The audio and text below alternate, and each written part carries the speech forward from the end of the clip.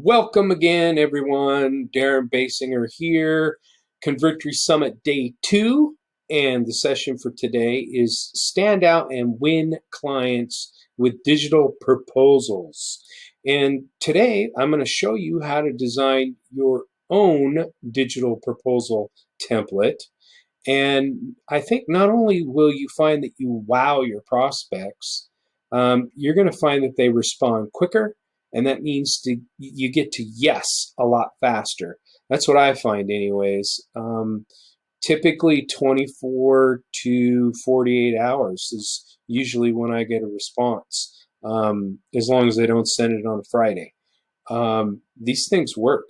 And well, I'm not going to let the cat out of the bag.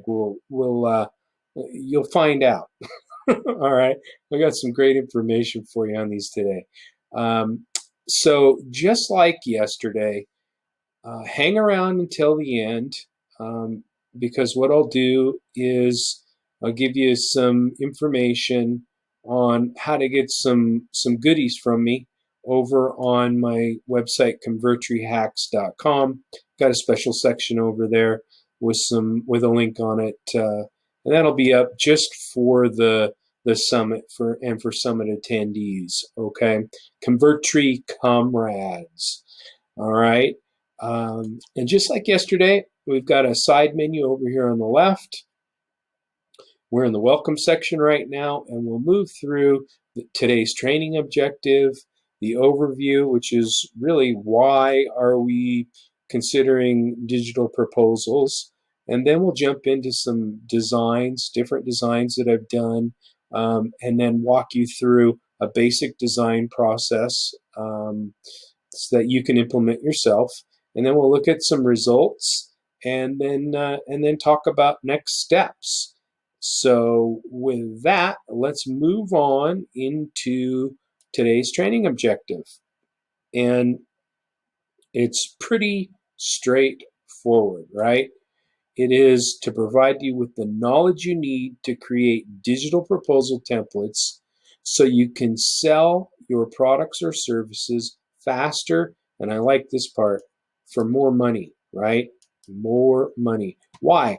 Well, because you're going to be presenting yourself heads and tails above the competition. They're just, it's hard to believe, really, but there still aren't a lot of people using digital proposals, especially if you're working at the local business level. So again, you're going to stand out, and you're going to be able to ask for more money for what you're doing.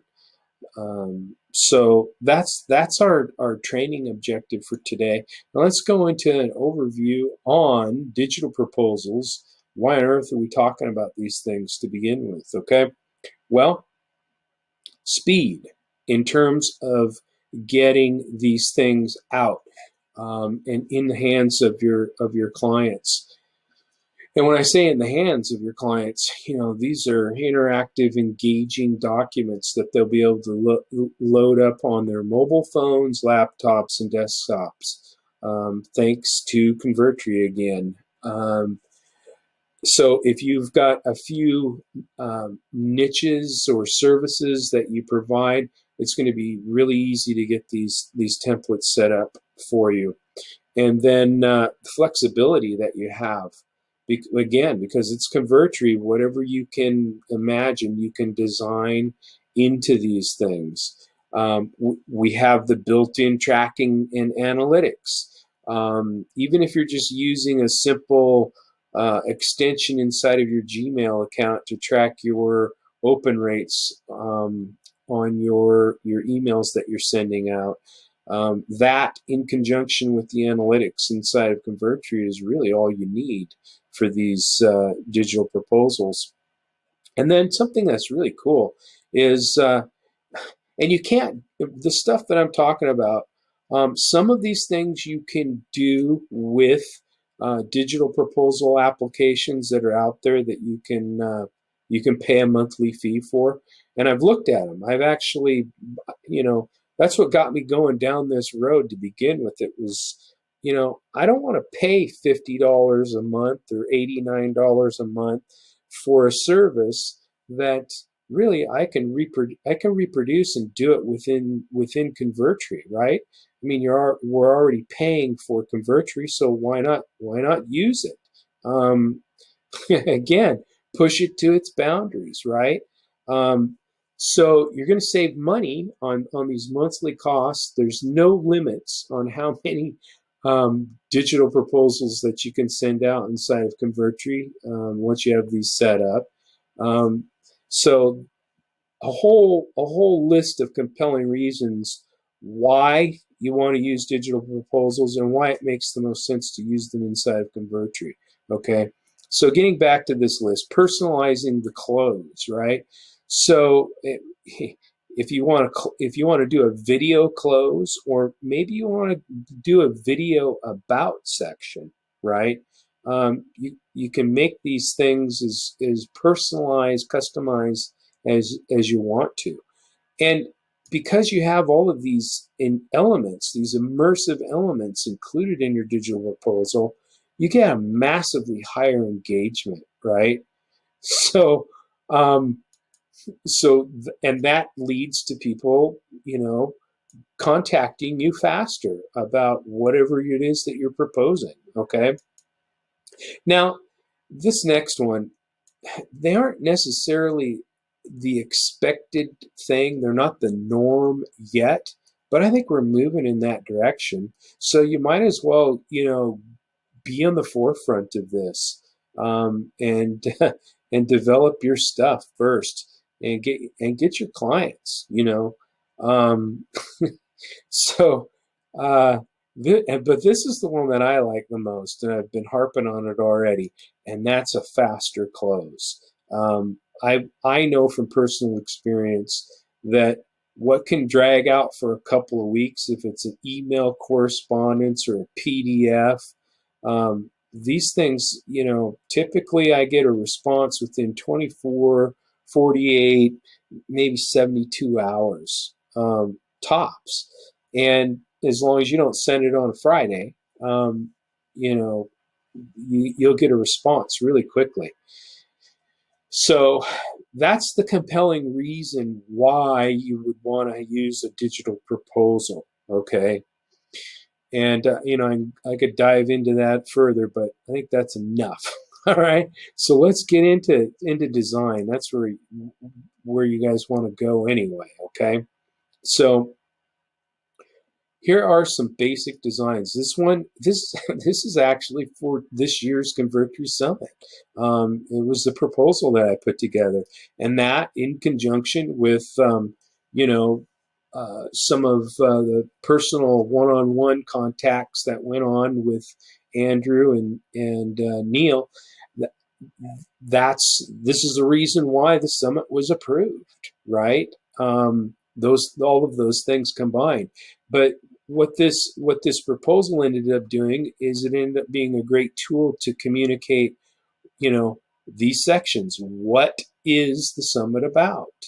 Who are the trainers? What kind of content are we talking about providing here? And why should we do it in the first place?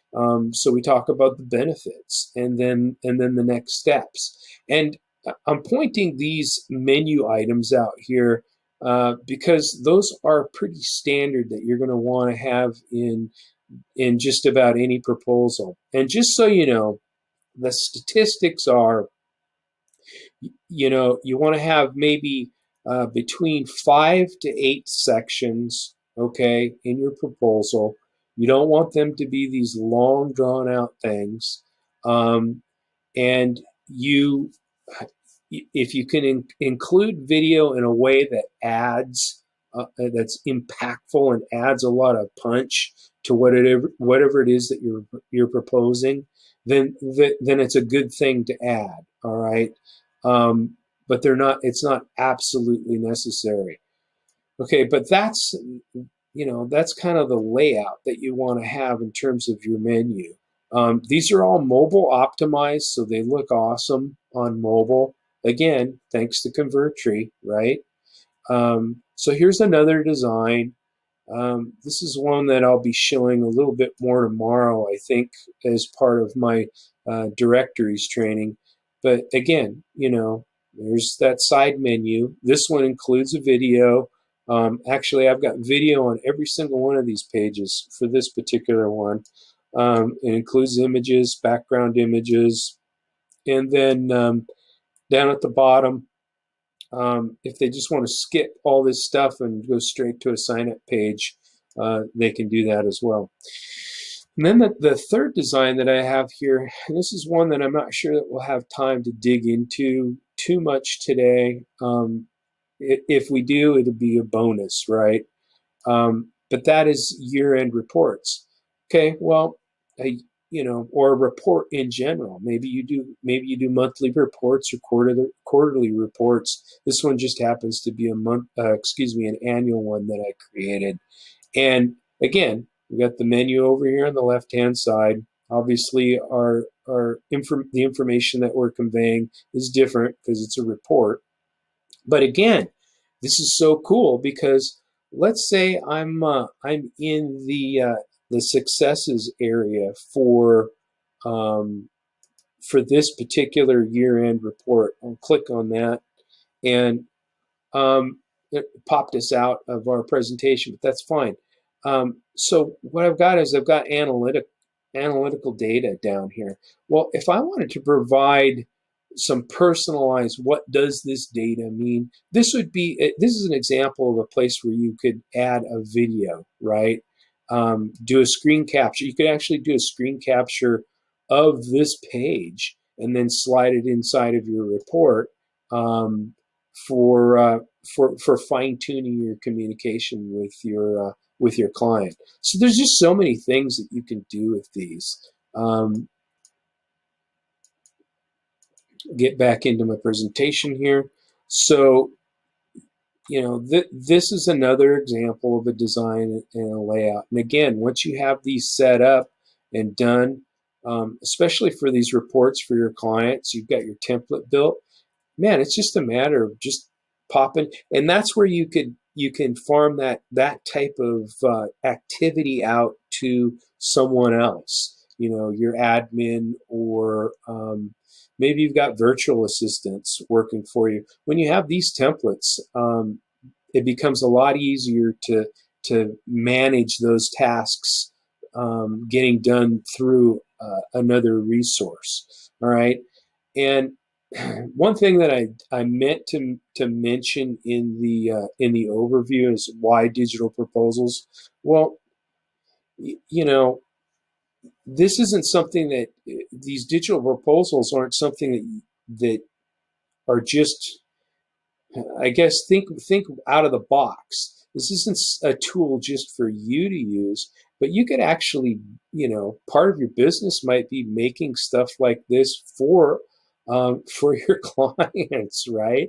Or even like what I've built here, this presentation outline.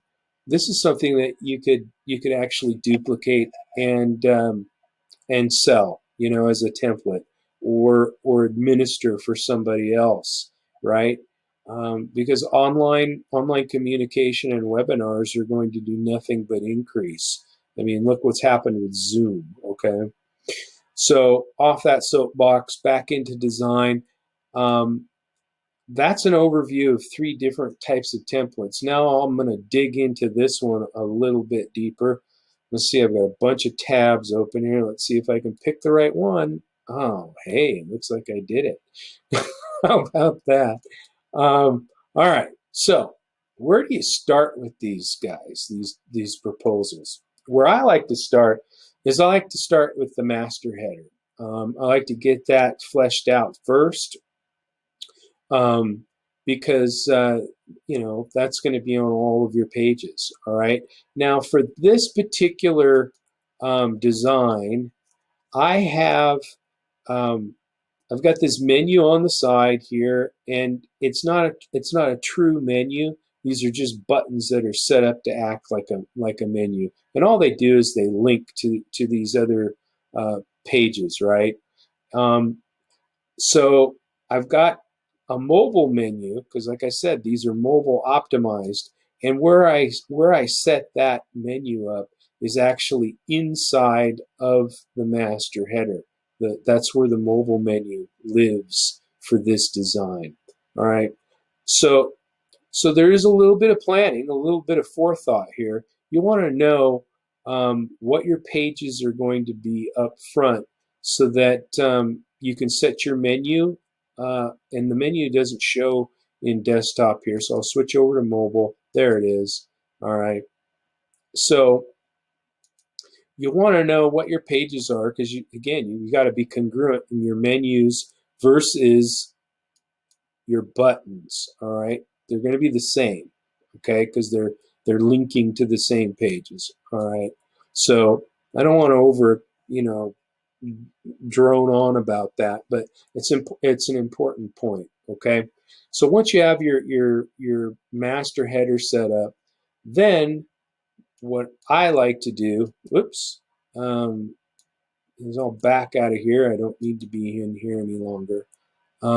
What I like to do is I like to go in and set up this particular design has one layer, and we're looking at that layer right now. It's the side menu. Okay, I click off the layer, it disappears. All right, so I want to get that layer set up because this happens to be the home page, right? It's the about section. And once I have this design set up for the home page, then it's just a matter of cloning this page, right? So that's why it's really important to know what what all the pages are going to be, and you can actually you can set the links up in here right now, right? So when you clone these pages, um, you have all of your links. There it is, right there. Okay, that link is set up. All right, so you don't have to touch these again. And as long as you're as long as you're going to stay in the same domain when you publish this, this is the fastest and easiest way to do this because you don't have to go back in and mess around with your link when you publish. Okay, and I hope that makes sense. If not, feel free to ask a question. All right. So once that's done, it's just a matter of cloning this thing, and cloning is simple as once it's published, right? You got to go in here and publish this sucker, and then it'll show up back inside of your funnel, right? And then it's just a matter of clicking on that, the three buttons there, and then here we clone it, right? Now I'm not going to clone this because I already have all of the other pages set up here, but that's the process. And then the only thing that changes, right, is I'll click on the Summit Trainers now. Let's just say that I clone this page of Summit Trainers. I'm coming in here. The only thing that changes is the content, right? The title, text. In this case, we've got images of the trainers, right? And then, we've got these buttons down here. I could turn these off I think I've got them on right now for desktop mode.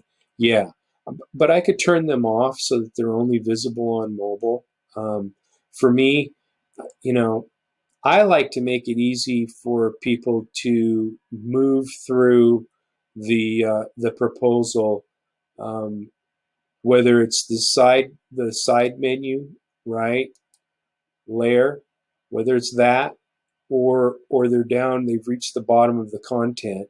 Um, just make it easy for them. Why not put it in there? It's an extra step, but so what? I mean, the objective here is to get them through the proposal and have them say yes or no as quickly as possible, or ask questions, right? Um, so that is, let's see, I can back out of this. Um, that's how simple it is to set these up. Um, you know, I guess about the only other thing that I can say is, um, you want to be mindful of your your dimensions on your page here. I think this is, yeah, I'm staying with the 960 for my dimensions here. So I'm staying inside these blue lines. So I know that this is going to show up really well on just about any device, okay? Um, so just be mindful of that. Uh, you know, I'm trying to think of what else to tell you about this. They're very simple. The main thing is you want to follow this flow, right? Um, about for in this case the trainers, content, benefits, next step, um, and 5 to 8 sections, because anything longer than that you start to lose their attention. All right. And it's just like yesterday's training, where I was talking about funnelizing websites and creating the story. Um, it's no different inside of these design proposals, or excuse me, project proposals, digital proposals. You only want what's necessary inside of them. With Convertri, you can get really fancy and add, scarcity countdown timers. And I'm not saying that there isn't a place to use those types of things in a document like this or a design like this. I'm just saying that make sure that they're adding value to your proposal. Otherwise, leave them out. I mean, this one's pretty basic, and it worked, right? I mean, that's what we're going to get into next is, results. All right. Again, none of this matters if we don't get the intended results. And the result this year was where we got, obviously, we got the summit rocking and rolling, man. That's why you're here. So I guess I'll jump back into the funnel here, and we can look at the analytics. Now, this is going to be a little inflated here because um, we're going to end up with more views. Yeah, it looks like 18 between the 2nd of April and the 7th of April, and that's all design related. Back here is where the views occurred when we were starting to propose this thing and walk through what the summit was going to be like. But again, so you if this was your client that you were sending this design proposal off to, you could see, how many times have they looked at it? Which day? When did they first look at it? Right? Um, and then you can get on the horn with them right away if they haven't called you. Um, and what's interesting is I've found that most of the time these design proposals, these digital proposals, they're being looked at on desktop. It's quite interesting. The majority of the time, obviously, 100% that we're looking at right here is a little unusual. You would expect to see something in mobile, but um, don't be surprised if most of the time they are being viewed on desktop. That's just what I found. And then down here, page performance. You can see which pages they're looking at the most, right?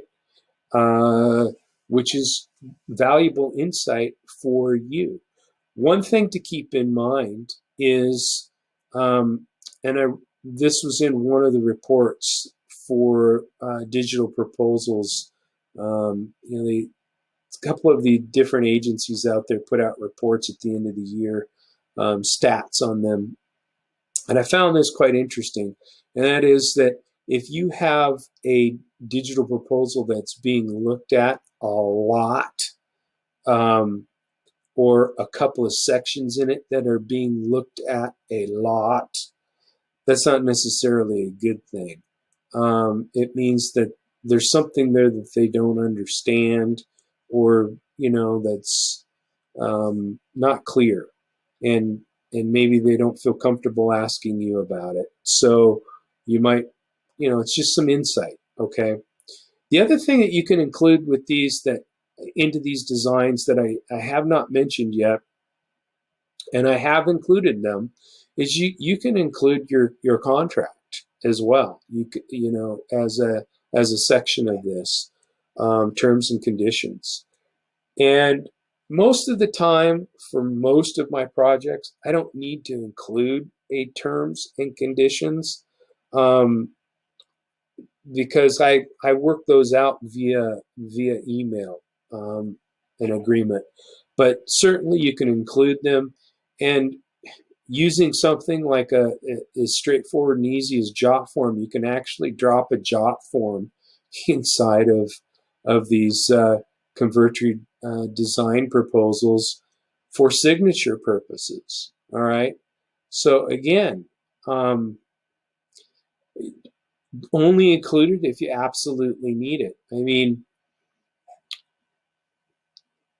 everybody's into electronic signatures these days, and certainly they're cool and they serve a purpose, and they are important. I'm not going to take anything away from them, but for most smaller projects, you don't actually have to have a a signature. All you need is a buy off, and that buy off can simply be as you send a summary to your client, to your prospect or your client for additional services, whatever. Here's what the proposal is. Do you approve? And if so, reply back to this email um, with your approval, and let me know that we can move forward. That's that's a binding contract in and of itself. So again, you can get as complex as you want and add as many features to these things as you want to. And I think I'm just so tempted. I'm just going to pop over here and show you the report real quick.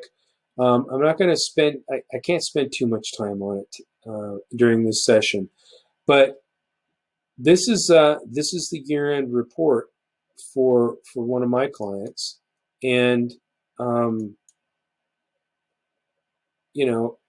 these things, they look beautiful. It's completely customized for my client, um, and you can do these for yours as well. It's super easy. They look great. Um, how I like doing my year-end reports is obviously start out with a summary, which goes over the goals that we had in mind, the major milestones that we achieved, right? And then there's always going to be successes, right? There better be, because that's what they're paying you for, right? uh, so I like to go over the successes with them, because it gets everybody happy and excited, and you're focused on positive stuffs that's happening, right?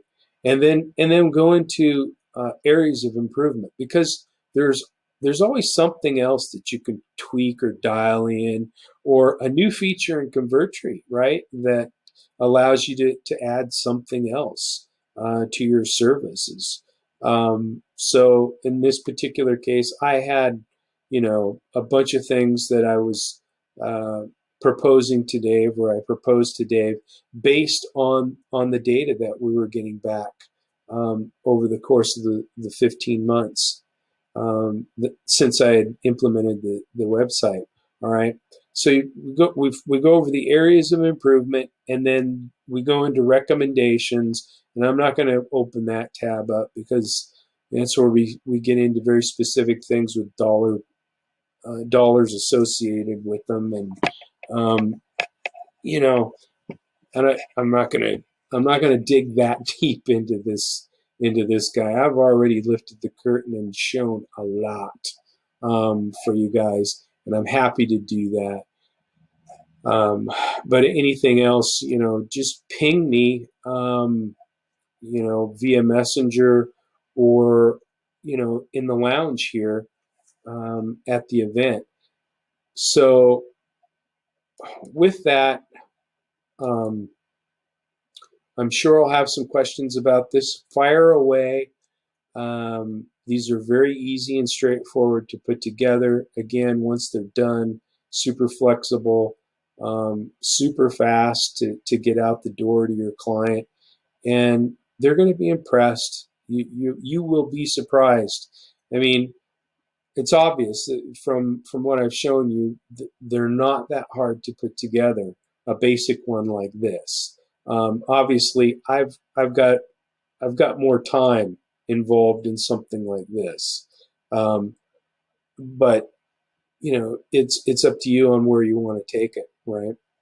So with that, what I'm going to do is try and find my way back to, here we go, to my presentation. And I believe, are down here on the next steps. Next steps are head on over to convertrihacks.com and click this link and see what I've got available there for goodies during the course of the summit. And then while you're here or you're there on my homepage, slide on down to the bottom and sign up for Convertri Hacks Funnel Club. And what'll happen is as I roll out new hacks, funnels, training, and podcasts, you're going to be among the first people to find out about that.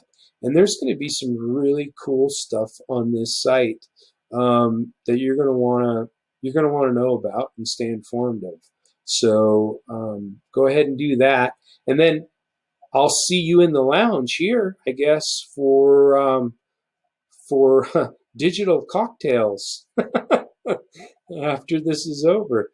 Thank you for being here. I hope you got something positive out of this, and look forward to seeing you again tomorrow for digital directories. It's going to be really cool, and we're going to get into monetizing and reoccurring monthly income, which is what we all want, right?